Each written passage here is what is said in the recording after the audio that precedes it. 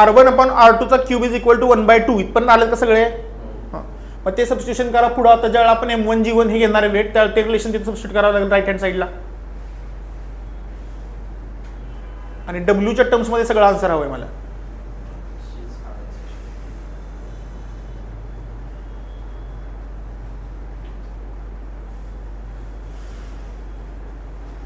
So here simplify करतोय w divided by w1 divided by w2 is equal to right hand साईडला तुमचं येणार आहे रो 4/3 पाय r1 g रो 4/3 पाय r2 g. सो r1/r2 चा रेशो जो आहे तो इथं सबस्टिट्यूट करायचा आहे. बाकी सगळ्या गोष्टी तुमच्या कॅन्सल होत आहेत. ज्यांना जमलेलं नाही त्यांना दाखवतोय मी. Rho cancel, 4/3 cancel, pi cancel, g cancel. and if you substitute the value of, so this is w1 divided by w2 is equal to काय येतोय 1/2 raised to 1/3 सॉरी. मग तो इकडं फक्त मल्टिप्लाय येणार आणि w2 ची व्हॅल्यू विचारली. यस काय मला बोल काय करेक्शन आहे का? हे असं येते बरोबर का? चेक करा सगळ्यांनी answer. All good. Calculation flow check करा. चलो next one. Okay theoretical one. April 23 shift 1. Assertion Earth has atmosphere whereas Moon doesn't have any atmosphere. Right or wrong? Right, obviously, right? The escape velocity on Moon is very small as compared to that on Earth. आता हा विचार करण्यासारखी गोष्ट हे कोण सांगेल सांगा?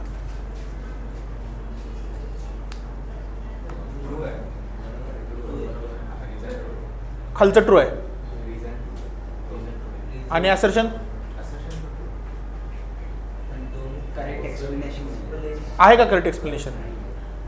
Definitely correct. आता ह्याच्यामध्ये समजून घेण्याची गोष्ट अशी आहे बाळांनो, ज्यावेळेला एस्केप वेलोसिटी मूनची एस्केप वेलोसिटी ही कमी आहे असं सांगतो आपण. याचा अर्थ काय? तिथले मॉलिक्युल्स तिथून बाहेर पडण्यासाठी त्यांना अतिशय कमी वेग लागतो. जेवढा पृथ्वीवरून मॉलिक्युल्सना किंवा ॲटमॉस्फिअरला बाहेर पडण्यासाठी. आता हे मॉलिक्युलच्या भाषेमध्ये मी यासाठी बोलतोय.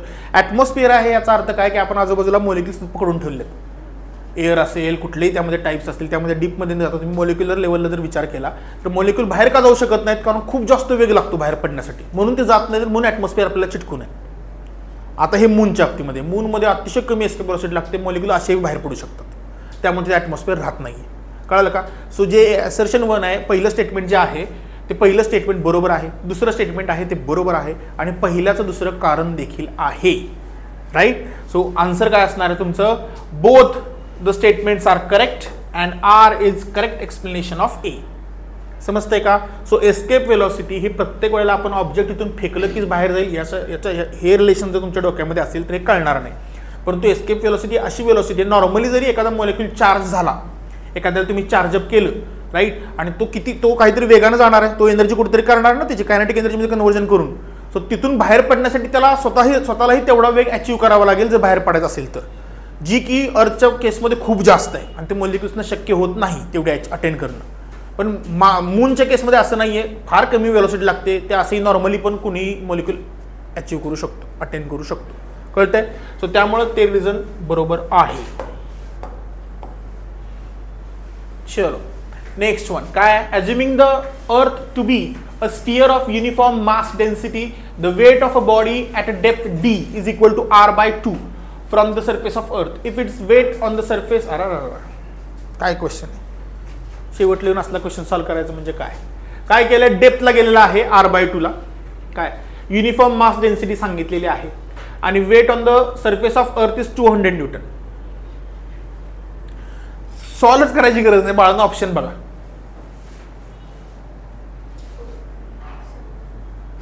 ऑप्शन इज कमी होते ना, आपण पाठ केले पहिल्यापासून की डेप्थला गेले कमी होणार, कमी असणार हे कमी ऑप्शन आहे. फुल टॉस बॉल दिलाय. 200 पेक्षा कमी असणार ऑप्शन कुठला? एकच आहे. आन्सर तेच असलं पाहिजे, नाहीतर बाकी चुकीचं ऑप्शन, नाहीतर ह्या सगळ्यांना मार्क द्या एक तर. बरोबर. सो आयडियली सॉल्व्ह करायची पण आवश्यकता नाही याच्यामध्ये. 100 newton is answer. Right. Solve केलं तरी तुम्हाला ते कळेलच. तो r/2 कसं सॉल्व्ह करणार आहे आपण, GD काढणार आहे आपला, बरोबर. सो GDच्या केसमध्ये d/r. सो जो फॉर्म्युला आहे GD is equal to G times 1 minus d/r, right. Substitution करायचंय, हाफ होतंय 1/2 म्हणजे 200चा half. So that is answer. So पहिल्यांदा ऑप्शन्स पण बघा, ऑप्शन्समध्ये तुम्हाला MCQs मध्ये तो एक ॲडव्हान्टेज आहे. चलो next, the radii of two planets A and B are r and 4r. Their densities are rho and rho/3 respectively. The ratio of acceleration due to gravity. आता हे तुम्ही या टाईपचा क्वेश्चन सॉल्व्ह केलेला आहे, राईट. मिक्सचर ऑफ कॉन्सेप्ट्स आहे. डेन्सिटीमध्ये पण घ्यायचं आहे तुम्हाला, राईट. आणि रेडियस मधला बदल दिलेला आहे, ठीक आहे. सो रेडियस मधला बदल, डेन्सिटी, मास, सगळ्या गोष्टी समोर ठेवून तुम्हाला फक्त रेशो मला सांगायचा प्रयत्न करा. So ratio I am expecting is GA divided by GB, right. आता हे मगाशी झालं डिस्कस, त्यामुळे मी डायरेक्टली लिहितोय. So this is going to be GMA divided by RA square, GMB divided by RB square.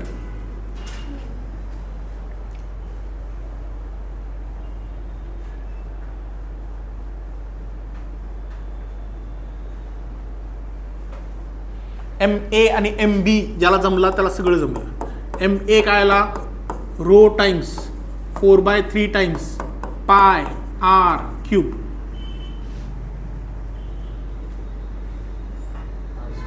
मगाशी आपण जीचा फॉर्म्युला डायरेक्टली लिहिला, तो वापरला तरी चालेल. जीचा फॉर्म्युला डायरेक्टली काय होतो तुमचा, जीचा फॉर्म्युला येतोय तुमचा GM अपॉन जो r² तुम्ही घेताय. डेन्सिटीच्या भाषेमध्ये जर लिहायचं असेल तर काय लिहिलं होतं आपण, रो टाइम्स 4/3 पाय r आणि कॅपिटल G. हा फॉर्म्युला वापरला तरी चालेल डायरेक्टली.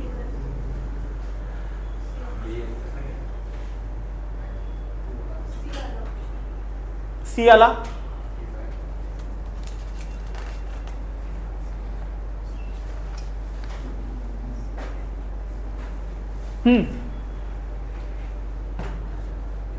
बघा हा फॉर्म्युला लिहून ठेवा, सगळ्यांनी नोट डाऊन करून घ्या. जीचा formula in terms of density, तो डायरेक्टली यूज केला तर सोपं पडते. So GA divided by GB, common term सगळ्या कॅन्सल होणार आहेत. डेन्सिटी कॉमन टर्म नाही आहे बाय द वे, इथं आता रो आणि रो/3 दिलाय. So this is rho, this is रो/3. अजून काय, 4/3 पाय गेला, G गेला, R राहिला फक्त. R चा रेशो काय दिलाय, वर आहे R, खाली आहे 4R. एवढाच काय तो फरक आहे, बरोबर. सो 3/4 अल्टिमेटली होतेच. So density cancel, R cancel, this is 3/4. Clear आहे.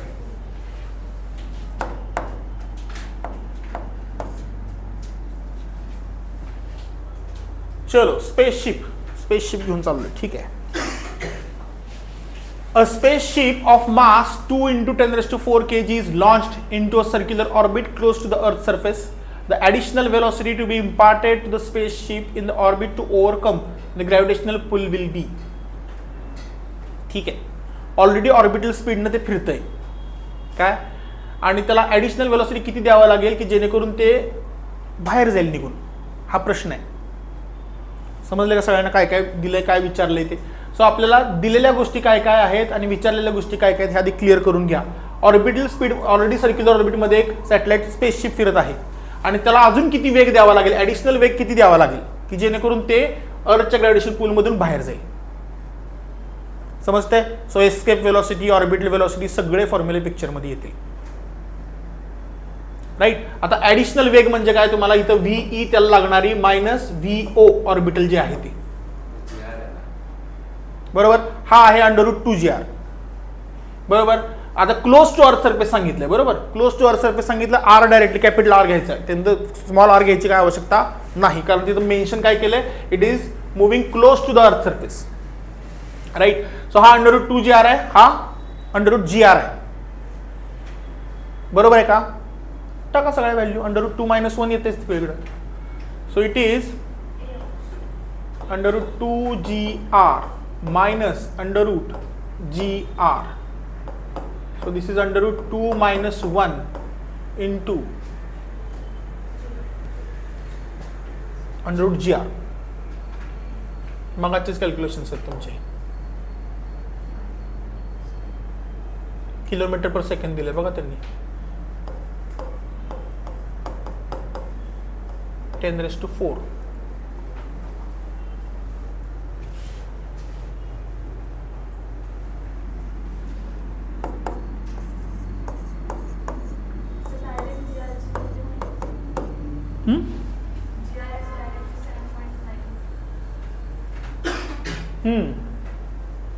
तरी चालेल, पण त्यांनी अप्रॉक्सिमेशन ऑलरेडी दिलं ना 10चं.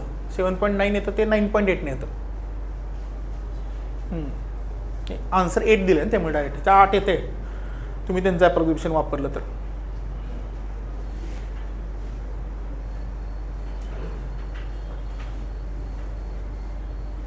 त्यांचे दिलेले अप्रॉक्सिमेशन वापरा, कारण आन्सर्स जर तुम्ही बघाल तर ऑप्शन ए, ऑप्शन डी अतिशय क्लोज आहेत. बरोबर, तर तुम्ही पहिल्याला टिक करून मोकळे होणार इथे, परंतु त्यांच्या कॅल्क्युलेशननुसार ती येत नाही आहे. Welcome to JEE. सीईटीमध्ये एवढं क्लोज फ्रॅक्शन नसतो. 7.9 आणि 8.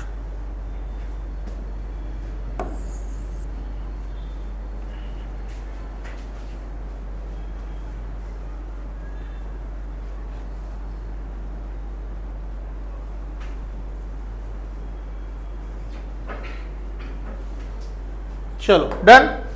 Option is D. Two planets A and B of radii R and 1.5 R have densities. Same question आहे, acceleration due to gravity विचारलाय. 2023 ला acceleration due to gravity खूप प्रेम होतं असं दिसते सगळीकडे. त्या सगळ्या शिफ्टना सेम क्वेश्चन पडलेत, आकडे बदलून फक्त. सो सेम मगाशी आपण जे केलं तर जीचा आपण फॉर्म्युला काय डिराईव्ह करून ठेवलेला आहे. It is rho times 4/3 times pi times R times G. बरोबर आहे. सो G1/G2 घ्यायचा आहे आणि सगळ्या व्हॅल्यू सबस्टिट्यूट करायच्या आहेत. So G is basically directly proportional to rho times R. हे रिलेशन आहे, राईट. सो हे लक्षात ठेवा सगळ्यांनी. So this is G1 upon, आता B2 टू B1 विचारलाय ना, हे पण लक्षात ठेवा. उलटं विचारलंय यांनी, ऑप्शनमध्ये फिरवून दिलं असेल. अच्छा नाही दिलेलं वाटतं. 4/3 3/4. So G2/G1 is equal to काय असणार आहे, रो 2 काय आहे तुमचा, तर रो/2 इंटू R2 किती आहे 1.5 म्हणजे 3/2R divided by rho R. Option is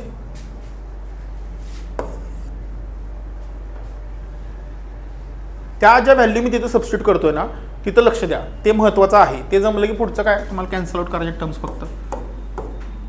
3/4. Right. Option is D.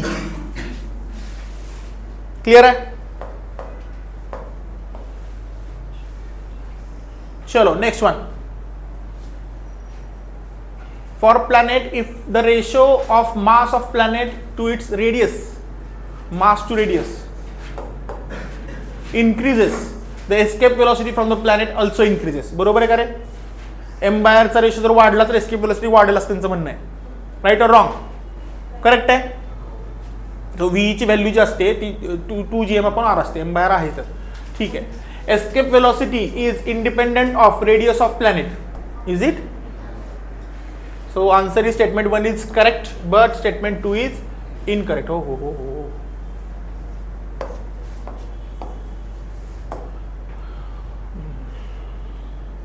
Right, so option is B. Next one, a planet having mass 9 me and radius 4 re, where me and re are the mass and radius of Earth respectively, has escape velocity in kilometer per second is given by. तो आता याच्यामध्ये आपल्याला 9 me and 4 a मी दिलाय planet in terms of earth, अर्थच्या स्केलमध्ये त्यांनी दिलेलं आहे आणि विचारलं काय तुम्हाला एस्केप वेलोसिटी विचारलेली आहे. सॉल्व करू शकता. √2gm/r राईट फॉर्म्युलेशन आहे. प्रोपोर्शनॅलिटी यूज करा.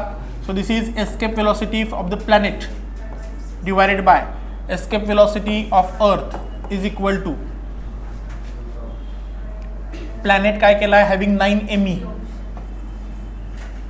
So 9 divided by radius is 4.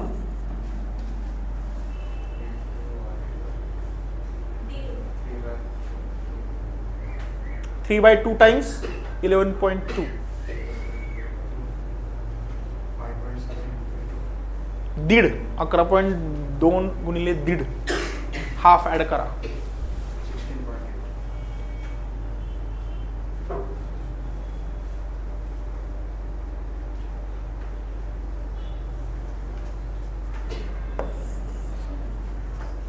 आला आन्सर? शाव्या इकडे मागं. गुड. सो प्रोपोर्शनॅलिटीचे क्वेश्चन आता डील करायला जमतील मोस्टली, आणि ह्याच्यातली प्रोपोर्शनॅलिटी जी आहे ना ती व्यवस्थित शिकून घ्या. प्रोपोर्शनॅलिटीचे क्वेश्चन सगळ्या चॅप्टर्समध्ये फिजिक्समध्ये. सो ऑलमोस्ट इयर 2025, 2024 अँड 2023 चे 90% क्वेश्चन्स आपण घेतले.